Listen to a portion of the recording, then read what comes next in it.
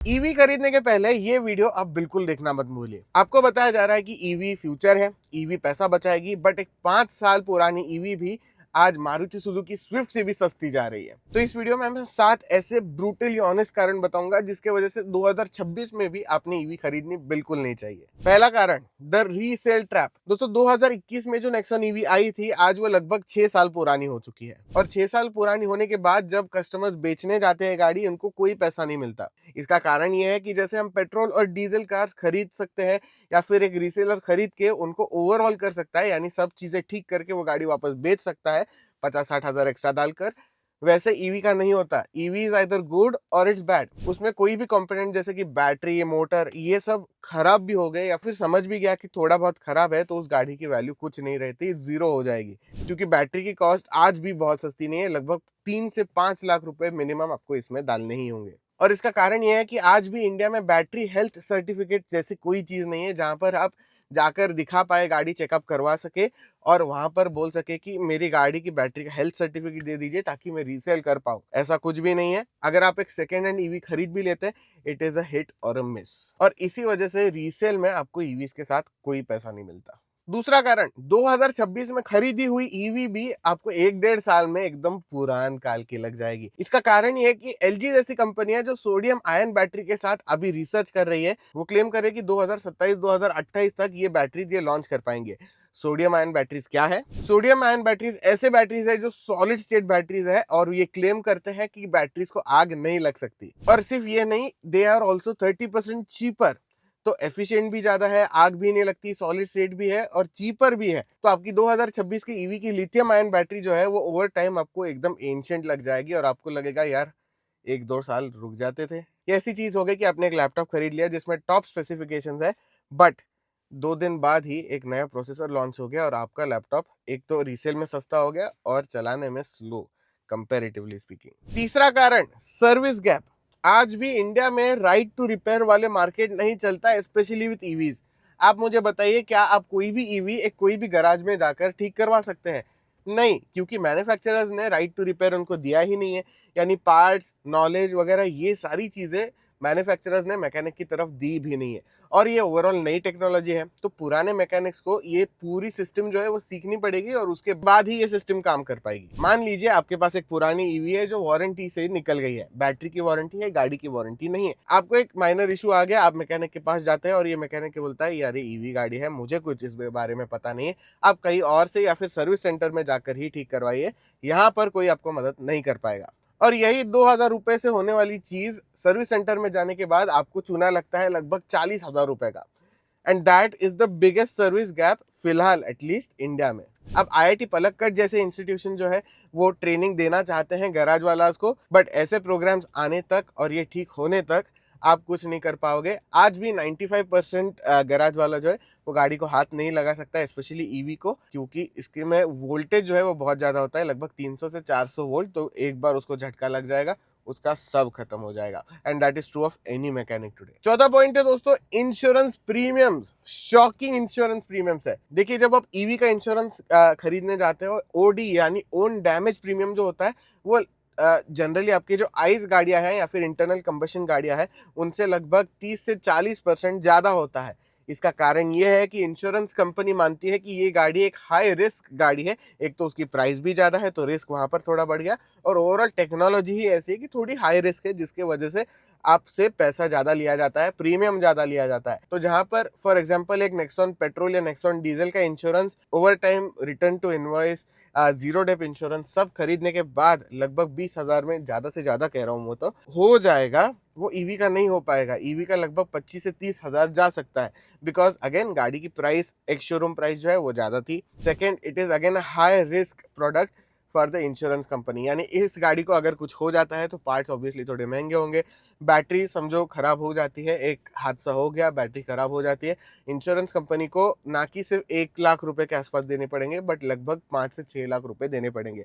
और generally insurance companies को service centre को ज्यादा पैसा देना पड़ता है वर्सेज अगर आप वो पैसा आउट ऑफ पॉकेट देते हो तो इसी वजह से आपका इंश्योरेंस प्रीमियम लगभग 15 से 20 हजार रुपए ज्यादा हो सकता है अगर आप ईवी खरीदते हो तो। अगेन वो एडेड कॉस्ट है जो बहुत लोग कंसिडर भी नहीं करते ईवी खरीदते वक्त। पांचवा point, apartment living and politics. Her society में पॉलिटिक्स होते हैं। आप मुझे बताइए कि आपकी सोसाइटी में नहीं होते। आप अगर बंगले के सोसाइटी में भी रहते हैं तो वहां पर भी पॉलिटिक्स होते हैं। तो मान लीजिए आपको आपके ही ईवी का एक चार्जिंग स्टेशन लगाना है या फिर चार्जर जो वो देते हैं वो लगाना है, उसमें भी पॉलिटिक्स होंगे कि भाई इसने ईवी खरीद ली, हमें नहीं देना, इसको एनओसी नहीं देंगे, हम परमिशन नहीं देंगे, ऐसे कैसे दे देंगे, ये गाड़ी ले रहा है, ये लाइफ में थोड़ा आगे जा रहा है, नहीं नहीं नहीं नहीं, ऐसा नहीं होगा। थोड़ा बहुत ऐसे फालतू की चीज़ें करके आपको परेशान करेंगे, जिसके वजह से ओवर टाइम आपको थोड़ा वो मेंटल स्ट्रेस तो होगा ही, और चार्जर लगाने तक लोग आपको परेशान कर सकते हैं। देखिए, क्योंकि चार्जर लगाने के लिए केबल्स लेकर जानी पड़ती है आपके मीटर से और आपकी गाड़ी तक, ये केबल लेकर जानी पड़ती है, जिसके लिए थोड़ा आपको खोदना पड़ सकता है, जिसके लिए सोसाइटी का एनओसी लग सकता है।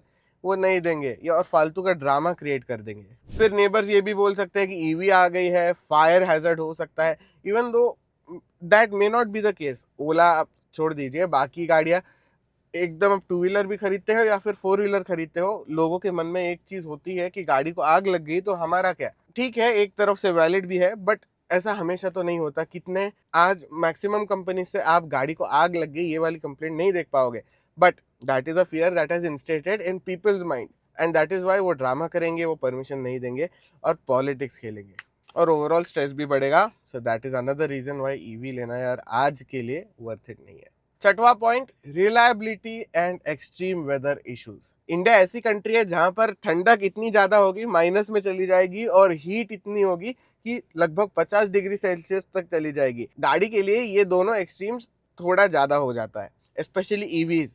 अब ईवीज इतने इलेक्ट्रॉनिक्स से ऑब्वियसली भर गए हैं, गाड़ी ही इलेक्ट्रिक है तो इलेक्ट्रॉनिक्स से भर गए, अलग अलग सिस्टम्स उसमें लगी होती है, जिसके वजह से प्रॉब्लम्स आ सकते हैं। तो ये प्रॉब्लम मान लीजिए हीट है, हीट में बैटरी गर्म ऑब्वियसली हो जाती है, और बैटरी कूल भी करनी पड़ती है। ना सिर्फ बैटरी बट आपकी मोटर भी गर्म हो जाती है, अगेन उसको भी कूल करना पड़ता है। तो हमें ऐसे तगड़े सिस्टम्स एक तो उसको लगाने पड़ते हैं, जिसकी वजह से कॉस्ट हो जाती है ज़्यादा, और अगर ये सिस्टम अच्छे से नहीं बनी है तो आपको ओवरऑल रिलायबिलिटी इश्यूज आ सकते हैं उस गाड़ी के साथ।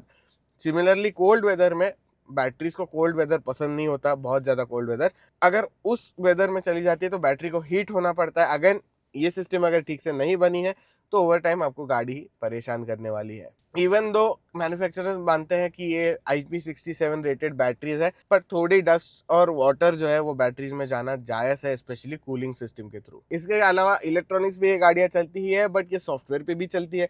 सॉफ्टवेयर ग्लिचेस इंडिया में कम नहीं है। आप टाटा की गाड़ियाँ देख लो या फिर महिंद्रा की गाड़ी देख लो, ईवी हो या पेट्रोल हो, सॉफ्टवेयर ग्लिचेस बहुत सारे आ जाते हैं। बेसिकली ये गाड़ियाँ टैबलेट्स ऑन व्हील्स है। ये गाड़ियाँ कभी भी लिम्प होम मोड में चली जाती है, कुछ और प्रॉब्लम दे देती है।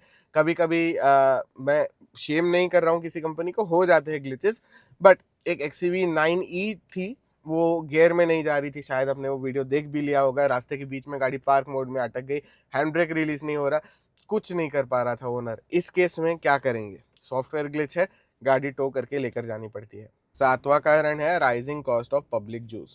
फिर है दोस्तों गाड़ी की चार्जिंग कॉस्ट।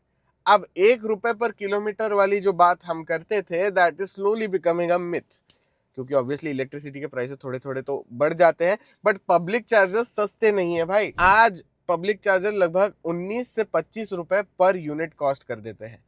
अगर आपकी गाड़ी की बैटरी मान लीजिए 60 किलोवाट आवर की है, और इस 60 किलोवाट में 10 किलोवाट आवर अगर आपकी गाड़ी में ऑलरेडी बैटरी है मान लेते हैं, तो 50 किलोवाट आवर आपको देनी पड़ेगी। 50 किलोवाट आवर इंटू 20 रुपीज़, हम कम वाली कॉस्ट पकड़ लेते हैं, that is 20 rupees per unit यानी पर kilowatt our. So 20 into 50 is what, 1000 rupees. तो ईवी रिचार्ज करने के लिए भी आपको 1000 रुपीज़ देने पड़ेंगे, जो ऑनेस्टली स्पीकिंग वो गाड़ी लगभग 320-330 किलोमीटर जाएगी, and that amounts to about 3 to 3.5 rupees per kilometre. कहाँ गया आपका 1 रुपए पर किलोमीटर। तो अगर आप ऊपर वाला स्पेक्ट्रम देख लेते हैं, जहां पर electricity cost is about 25 rupees per kilowatt hour, then आपको 1250 रुपए देने पड़ेंगे। अगेन आपकी गाड़ी चलेगी लगभग 300-330 रुपए, again that is far from 1 रुपी पर किलोमीटर। तो रियलिस्टिकली अगर आज की दुनिया में भी देखा जाए तो डीसी चार्जिंग स्पेशली जब आप ट्रैवल करते हो तो यूज करोगे, तो आपकी चार्जिंग की कॉस्ट जो है वो बिल्कुल कम नहीं होने वाली। लगभग 3 से 4 रुपए पर यूनिट कॉस्ट आपकी आएगी। अगर घर पे चार्ज भी कर लोगे तो 1 रुपए पर किलोमीटर नहीं आएगा, लगभग 2 किलोमीटर के आसपास जा सकता है, डिपेंडिंग ऑन आप कहाँ रहते हो। हाँ, अब इसको कम करने के लिए आप एक चीज़ कर सकते हो कि एक ग्रीन मीटर इंस्टॉल कर सकते हो, जिसके लिए एक एडिशनल खर्चा वहाँ पर हो गया। लगभग 10-20 हज़ार रुपए आपके वहाँ पर जाएँगे, क्योंकि लेट्स बी ऑनेस्ट आपको थोड़ी बहुत रिश्वत देनी पड़ेगी लोगों को, तब जाकर आपका काम होगा। तो दोस्तों, इन्हीं 7 कारण की वजह से मुझे लगता है कि ईवी खरीदना आज भी इंडिया में प्रैक्टिकल चॉइस नहीं है। अगर आप चाहें तो पेट्रोल, हाइब्रिड या फिर डीज़ल खरीद लो। Diesel is one of my favourites, but alas diesels ban होंगे आगे जाकर, उसका कुछ नहीं कर पाओगे आप। होपफुली ये वीडियो आपको अच्छा लगा है। अगर आपको कुछ कहना है तो आप कमेंट में मुझे प्लीज़ बता दीजिए। लाइक करिए, शेयर करिए, सब्सक्राइब कर लीजिए। मिलते हैं आपको नेक्स्ट वीडियो में।